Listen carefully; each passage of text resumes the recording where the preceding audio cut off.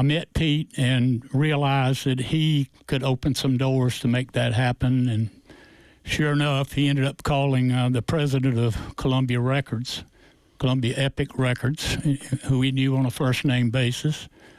And next thing you knew, we were doing licensing with Columbia Epic, and he also called Motown and Warner Brothers and Polygram and Mercury Records, all the big labels, and opened up all the doors for us. And so the next thing I knew, Pete and I were business partners and off and running. And our first album hit the street in May of 1980.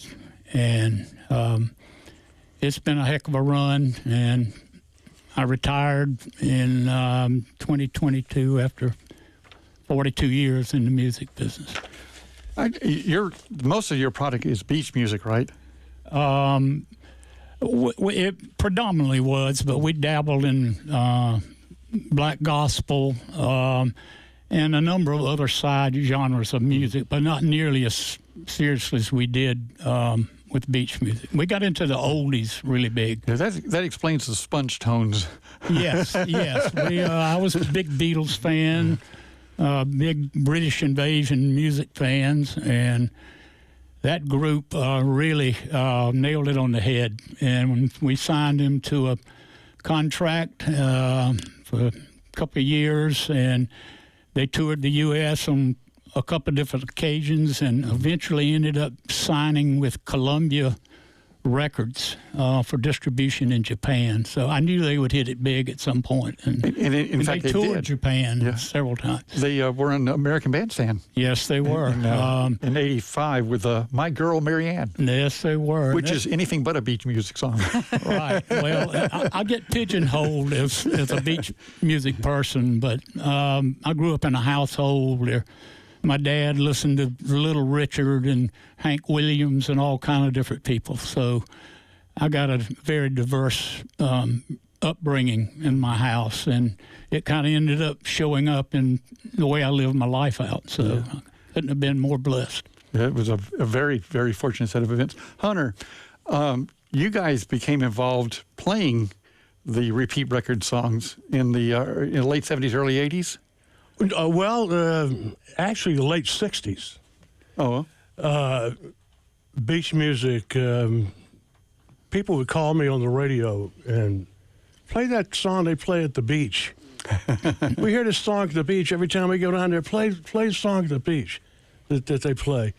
And it was all like that until it morphed into play some beach music. Yeah.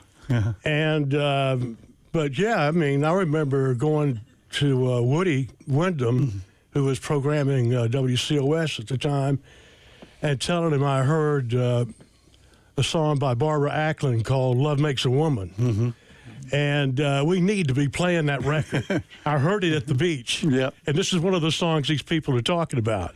I heard. And so we put it on. I mean, it was dynamite. It still is. Her first release, on my station. I think her first release actually, somebody flipped it over and became Young, Holden, Limited, Soulful Strut. Barbara Acklin's, what was it? Am I the Right Girl? And of course, that song went on to live on and on with a couple of releases up into the early 2000s. Yeah. It's interesting how this stuff kind of comes around full. When you think about that time period, punk was big, disco was huge. Yeah. You know, there were so many other genres of music that were really popular. What explained why beach music just... I mean, was it literally the beach experience? I mean, Ryan, you've talked about people who came down from Ohio and other places in the Midwest and heard these songs for the first time, but there was something in the air that just made it just grow. So, Ryan, I bet you don't know this, but I have found a second enclave of beach music fans geographically in the Pacific Northwest, the coast of Oregon and southern Washington state. Wow. When the pandemic came along, I started voice tracking a show on a radio station in McMinnville, Oregon, of all places. And I pulled out an old Ripete Records compilation and I played a couple songs on the air over there. And they said, "Oh man, we haven't heard this stuff in years." And I said, "What do you mean?" And that's when I found out there was actually a second enclave of people who dug beach music. Yes, and in the time we were still in business, it got started obviously on the coast, South Carolina, North Carolina, a little bit in Virginia, but by the late times of Ripete Records history, it had already spread significantly up into Ohio, Kentucky, Illinois, Pennsylvania, and over to Louisiana and places just amazing that I never would have thought and I would have seen today. But and the more people that poured down to the beach from inland states, the Tennessees and these places, to come to the beach, they started picking up on it, taking it back with them. And, of course, the natural thing, the next thing you know, it would catch on in the clubs in whatever town they were hailed from back in their home state. So it was amazing to see the growth potential of what happened at the time we were in business.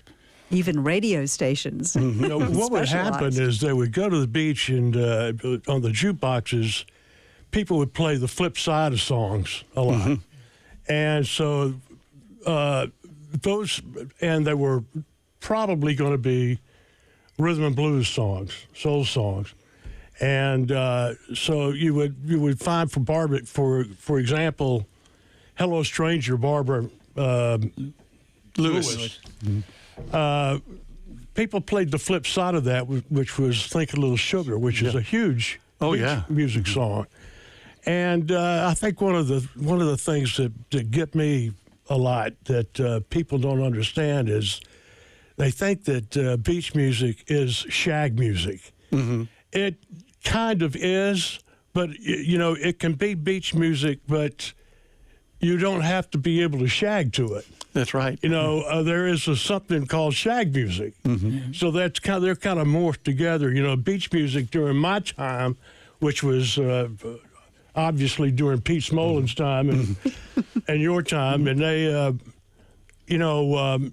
was just you had to be there. You know, if you ask somebody what is beach music, you know, to me it's kind of like 1965 or maybe 1955 through early 1980s at the beach, that you heard at the beach and nobody else was playing it. So it wasn't that popular everywhere. It was a local thing. It was a Carolina thing. And that subgenre that popped out of that was beach boogie and blues, which Woody and Leo did quite a bit of, and that kind of extended the life, I think, of beach music into the 90s and early 2000s. Yeah.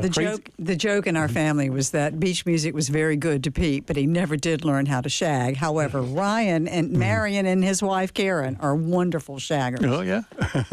Well, my mother's from Loris, South Carolina, which is near the beach, and when I was a small child and stuff, we visited her kin people there, and inevitably we would end up at Cherry Grove or Ocean Drive or somewhere down there when I was 8, 10, 12 years old, and kind of got baptized in the whole thing when I was young. And I used to, at some of the clubs down there, when I was too young to get in, I would sit there and listen to the jukeboxes and stuff.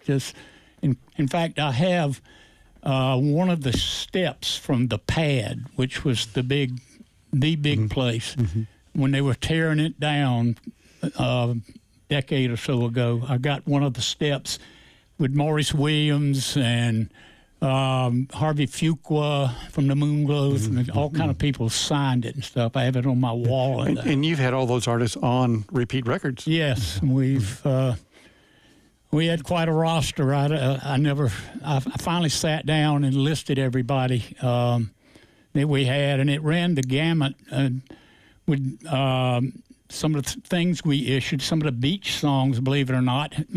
Bruce Springsteen sings on one of the songs we issued on one of our packages, and Jimi Hendrix was on the flip side of some of our Beach 45, and we just had a kind of weird things going on in it. But you just reminded me of a story about Bruce Springsteen and the Swinging Medallions. Oh, I know the story. Is the story up there? They got up on stage with Yeah. him and stuff. And then when they started doing the dance that goes along with double shot, you know, where they're shaking their fannies everywhere. Yeah. Bruce is looking at him like, what in the world is this? Yeah. I wasn't at that show, but I've seen videos of Yeah. it. And like 3 or 4 of the original guys were on stage with him. Yeah. That's pretty I was neat. just speaking with one of them a couple months ago now at a funeral. So it seems that's how we all get together anymore. Oh, unfortunately. Yeah. Yes. So Jean, what was it like to being the wife of a big record promoter? Well, the real excitement of it had happened before I met Pete, which was in the summer of 1986. By this time, I think Ripete Records was a well-oiled machine with your warehouse in Elliott, and things were coming along, and Ryan was constantly coming up with, new ideas for compilations, and Pete, had a lot of connections and was a superb businessman, but he always credited Ryan for the inspiration for Ripete Records and being the creative spirit behind it. So, Ryan, I got a question. You got on your listing of artists, you had the Mojo Blues Band. Is this the one I'm thinking of from Vienna, Austria? Yes, it is. Oh, my goodness. And they came over here. We dealt with them for a number of years, vicariously across the oceans. Got to know them very well, and I talked them into coming over here and playing at one of the weekend things. The SOS Collins people. Yeah. Mm-hmm. One of those big weekends, and they went. It was they were a tremendous success, and just really enjoyed working with those guys. And I was amazed that the minutia of information they know about Yes. blues and R&B stuff, B-sides of rare singles and stuff. They spoke our language, and I knew it from the very get-go that they were. They knew what they were talking about. The only blues band from Vienna, Austria. Yeah, they were incredibly talented. Just really talented. Yeah. So some of the other folks you've done, of course, is Drifters and Dobie Gray, and was that repressing of the In Crowd, or was it of his later stuff? No, we actually recorded Soul Days. You recorded Soul Days. The original version that Bruce Springsteen covered in the very last album he did. He copied our arrangement note for note, absolutely note for note. And it was your compilation where I got my version of it from. But here's going to blow your mind. I'm still doing a show on WUSC. I've been doing it for the last 14 years. I've been going back playing oldies. I got a request for Soul Days. Which version? Your version. Oh. Not the one with Uncle Cracker, the one with you guys. Well, that was just out of the blue, and you never know in the music business when something like that's going to happen. And how he got a hold of that song, I don't know. It was very successful in the beach market down here, but I never thought it. He must have been touring down here and went to a record store or something and bought a copy of the Dobie Gray thing. Yeah. It was on one of our box sets. I'm sure that's probably where he was exposed to it. Yeah. I wonder if he used your recording and just dubbed over it. It's pretty darn close. Yeah. The way he did it. Yeah. Almost note for note. Yeah. So tell me a little bit about your days at the Clemson station. So you actually programmed the station for a couple of semesters, right? I did. I only did small